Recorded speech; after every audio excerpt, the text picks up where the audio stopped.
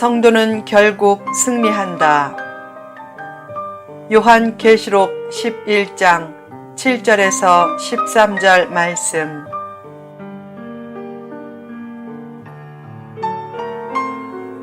고난 중에도 기쁨을 잃지 말라.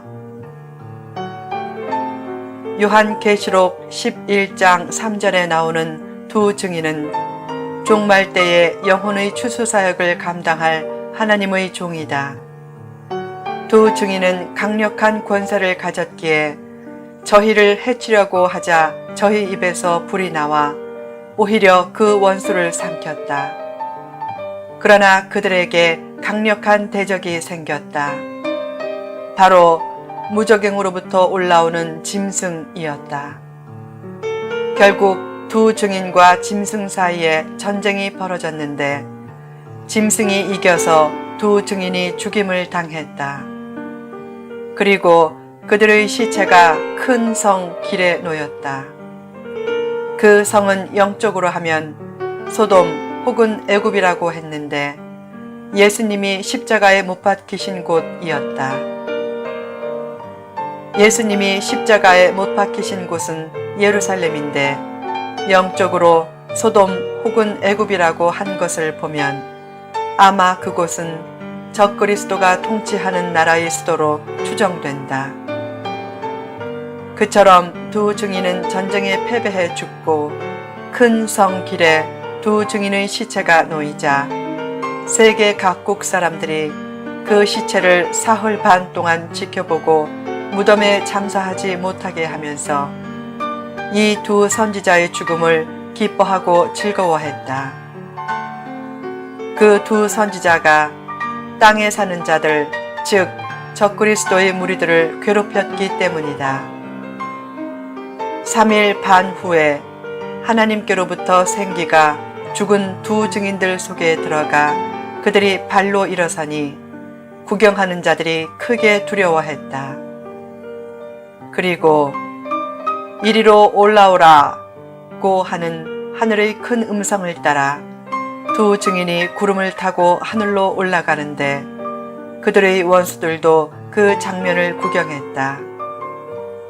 바로 그때 큰 지진이 나서 성 10분의 1이 무너지고 지진에 7,000명이 죽고 산 사람은 두려움으로 하늘의 하나님께 영광을 돌렸다.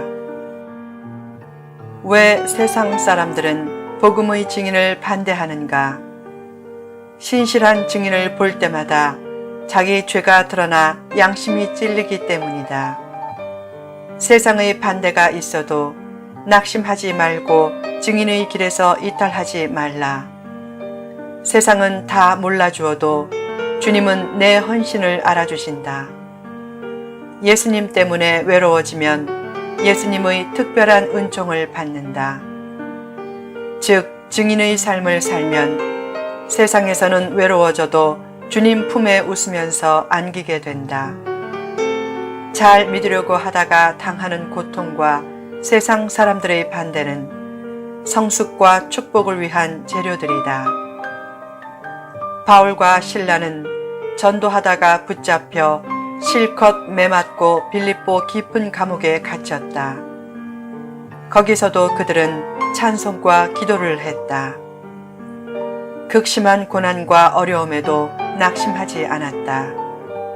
왜 낙심하지 않았는가? 하나님이 그들의 고통을 아시고 큰 상급으로 갚아주실 것을 믿었기 때문이다. 하나님께 모든 상황을 맡기면 염려할 것도 없고 마음 상해할 것도 없다. 디모데후서 4장 14절에 보면 바울이 자신을 힘들게 한 알렉산더에 대해 말했다. 구리 세공업자 알렉산더가 내게 해를 많이 입혔음에 주께서 그 행한 대로 그에게 갚으시리니 얼마나 마음이 아팠으면 가슴 아픈 소리를 적었겠는가. 알렉산더는 처음에는 좋은 신자였지만 점점 바울의 사역을 사사건건 회방하고 괴롭히다가 교회에서 제명된 후에는 더 악한 일을 했다. 그래도 바울은 한 맺혀 살지 않고 알렉산더의 심판을 주님께 맡겼다. 때로 마음의 고통이 있어도 믿음으로 그 고통을 극복하고 기뻐하는 삶을 잃지 말라. 어려워도 기뻐하면 그만큼 강건해지고 또한 하늘의 상급이 클 것이다. 바울은 고린도후서 12장 7절에서는 몸을 찌르는 무서운 가시가 있어도 기뻐한다고 했고, 야고보서 1장 2절에서는 여러 가지 시험을 만나거든 보통으로 기뻐하지 말고 온전히 기쁘게 여기라고 했다.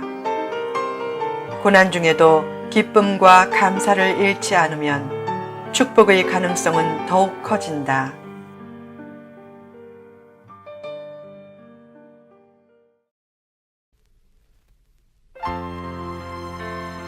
숫자보다 믿음이 중요하다. 두 증인의 활약상을 보라. 얼마나 놀라운 권세로 원수들을 떨게 만드는가. 한때 그들은 죽임을 당하지만 다시 멋있게 부활한다. 숫자의 많고 적음이 문제가 아니라 하나님이 함께 하시느냐가 문제다. 교회도 너무 숫자에 연연하면 안 된다. 교회가 대형화되는 것은 장점도 있겠지만 약점이 더 많다. 물론 교회가 커지는 것 자체는 잘못이 아니다. 교회가 커질 때 불신자들이 전도되어 커지기보다 이동교인으로 커지는 것이 문제다. 바른 성장이라면 외적인 성장도 추구할 필요가 있다. 영혼 구원 및 성장에 대한 관심을 잃으면 감격과 활력을 잃는다. 성장이 없으면 곧 침체되고 후퇴한다. 중요한 것은 외적인 성장만이 성장은 아니라는 것이다. 내적인 성숙도 성장이다. 21세기 전만 해도 큰 교회 건물을 지으면 사람들이 몰렸지만 요즘은 그렇게 되지 않을 때도 많다.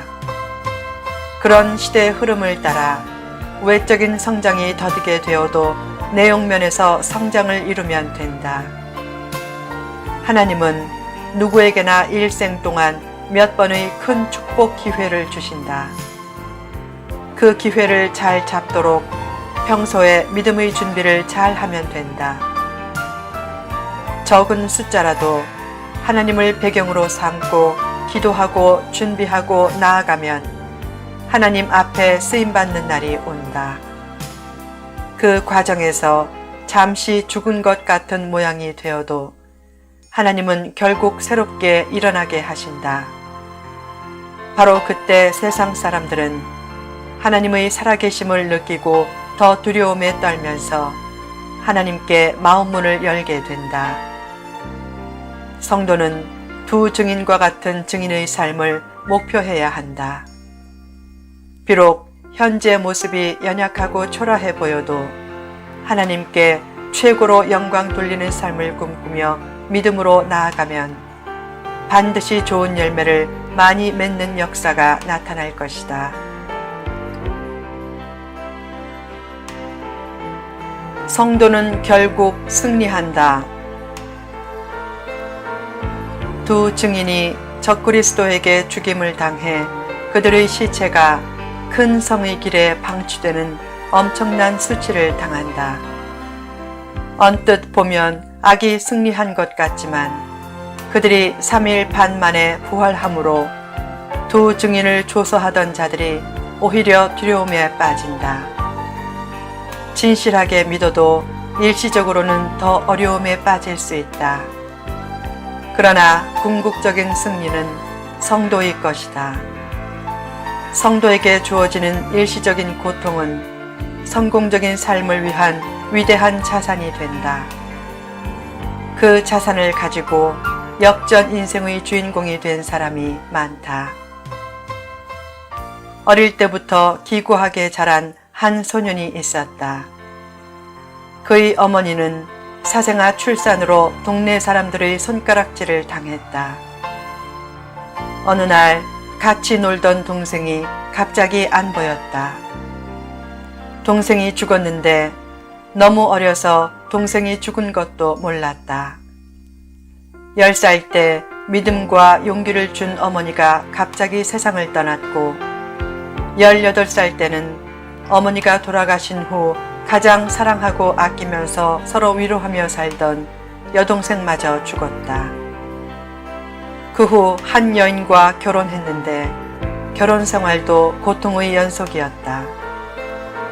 아내를 사랑했지만 아내가 자주 정신 이상을 일으켰다. 얼마 후 가장 사랑했던 두 아들이 차례로 그의 품에서 세상을 떠났다.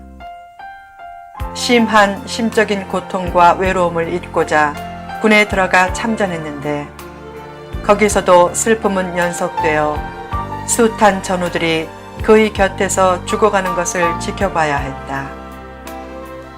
제대 후 그는 사람들에게 희망을 주는 정치를 하겠다고 정치에 투신하지만 주지사 선거, 하원의원 선거, 상원의원 선거, 부통령 선거 등에서 낙선 체험도 많이 했다. 고통과 실패는 끝이 없었지만 신기한 일이 일어났다. 죽음의 이별을 겪고 선거에 낙선하면서 인간의 존엄성을 더 깨닫고 소외되고 좌절하고 슬퍼하는 사람에 대한 애착이 갈수록 깊어진 것이다. 그는 늘 외쳤다. 저는 노예가 되고 싶지 않고 주인도 되고 싶지 않습니다. 인간은 누구나 하나님 앞에서 평등합니다. 우리 모두를 사랑하는 하나님 앞에서 우리 모두 함께 노래하는 사회를 만들고 싶습니다.